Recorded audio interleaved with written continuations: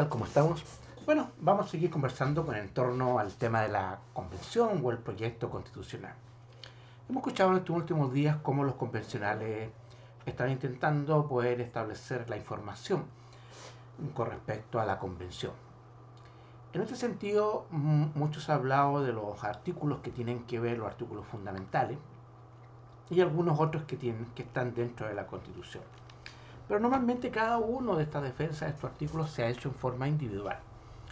En mi punto de vista, como abogado, debo hacerles presente que para poder analizar el nuevo contexto de la Constitución o el nuevo borrador de la Constitución, hay que hacerlo de la perspectiva de que la forma de Estado va a cambiar.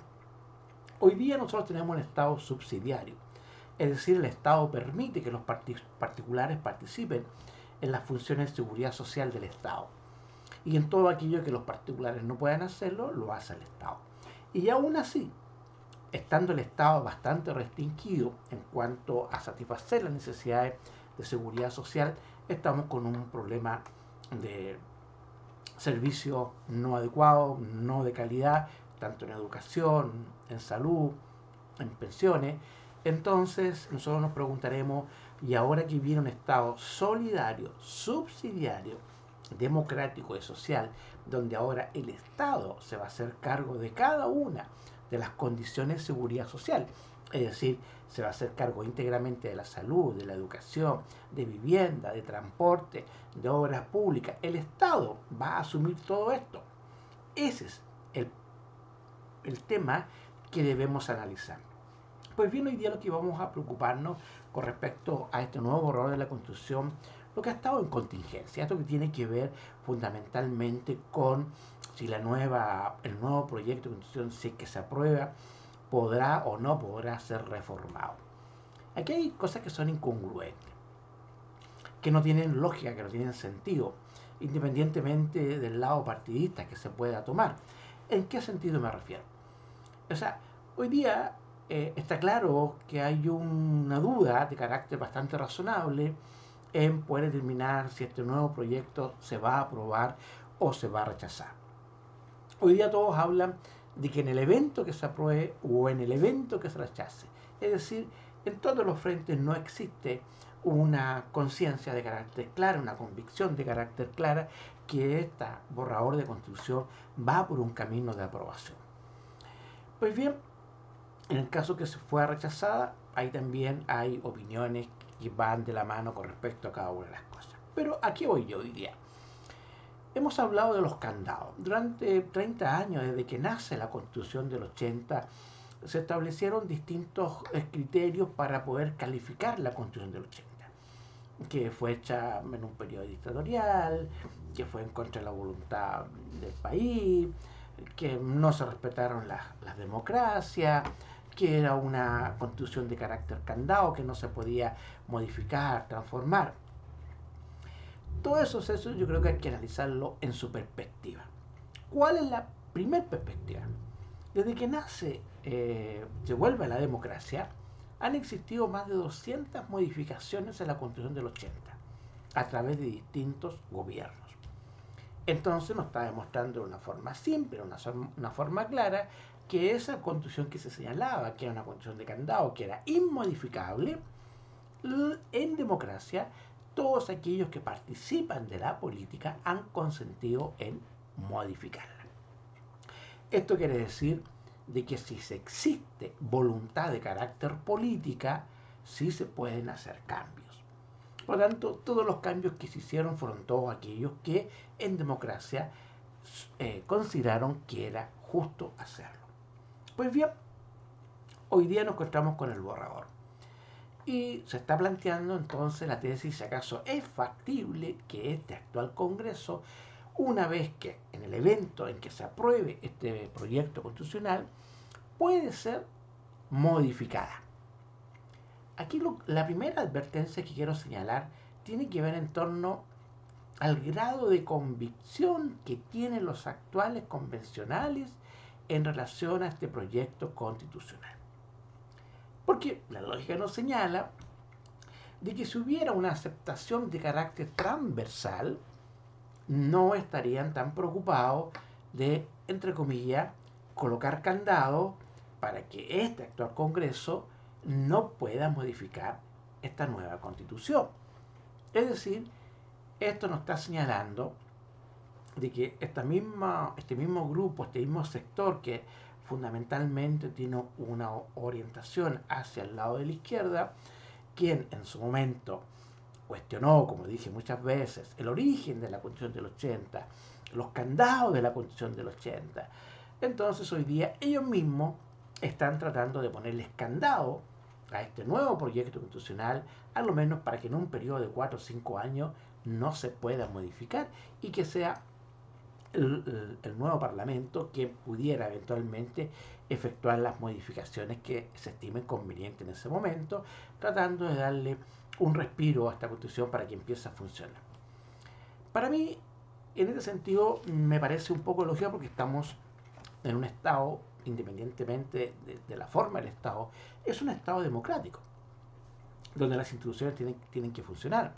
Y si tenemos hoy día un Parlamento que está a cargo de toda nuestra legislación, de todo nuestro Estado de Derecho, es obvio y es lógico de que si se presenta una institución de carácter jurídico que va a regir la vida de todos nosotros, nuestro patrimonio, nuestras instituciones, y pareciera entonces que el concepto de la política, me refiero en cuanto al Parlamento, no considere que ciertas cosas son apropiadas para el Estado de Chile, es obvio que tienen la facultad de poder modificarla.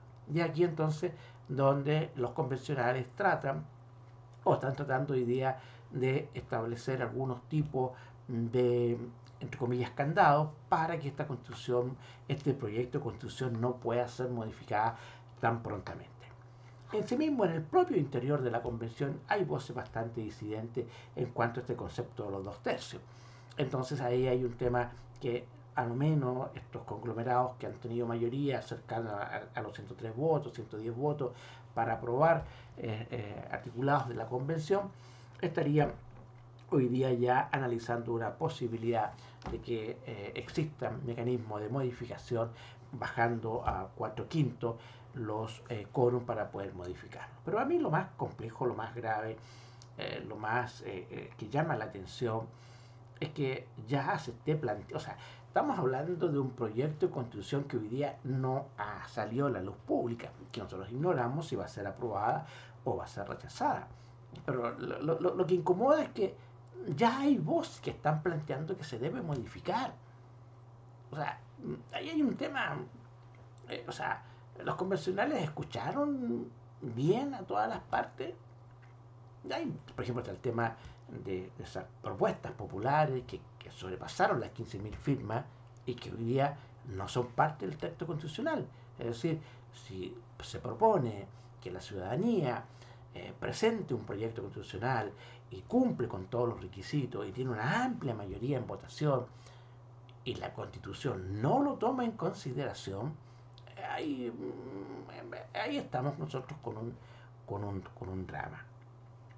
Pues bien, entonces, dicho esto, me queda a mí la convicción de que los convencionales, al menos aquellos que han participado en estas aprobaciones, ya por lo menos están temiendo de que sus proyectos no tengan las trampas, que no tengan el acomodo necesario, que no tengan aquel apoyo por los distintos sectores políticos y obviamente se han encontrado con muchos, de hecho el presidente del Senado, el presidente de la Cámara de Diputados, varios ex parlamentarios, ex ministros, de todos los frentes han manifestado que el proyecto de constitución aparentemente no es aquello que se requiere para un Estado de Chile, no es aquello lo que se señala que fue parte del 18 de octubre. Hay que recordar que ahora la Constitución viene en su enunciado justamente que el origen de esta Constitución tiene que ver con el 18 de octubre.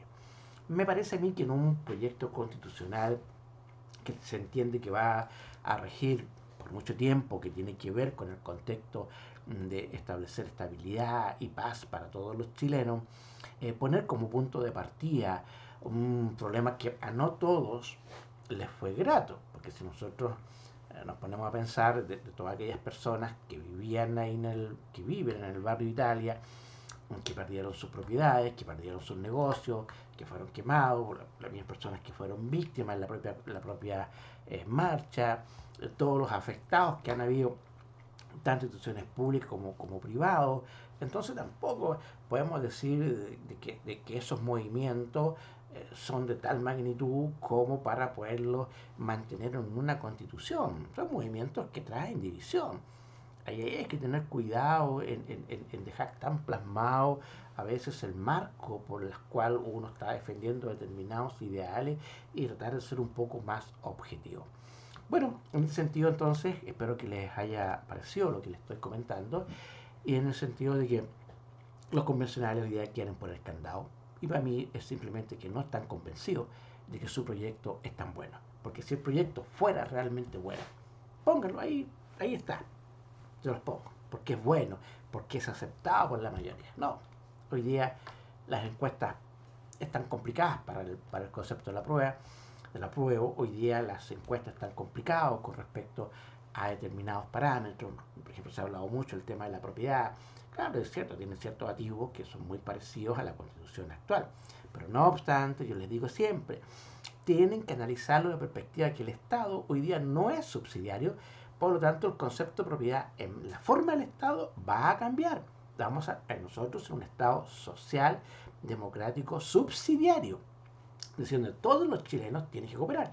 De hecho, todo el trabajo, todos los ingresos, todo el patrimonio del trabajador que va a su fondo de pensiones, hoy día actualmente es un fondo que va a la cuenta individual del trabajador, es propio del trabajador y es heredable, es parte del patrimonio.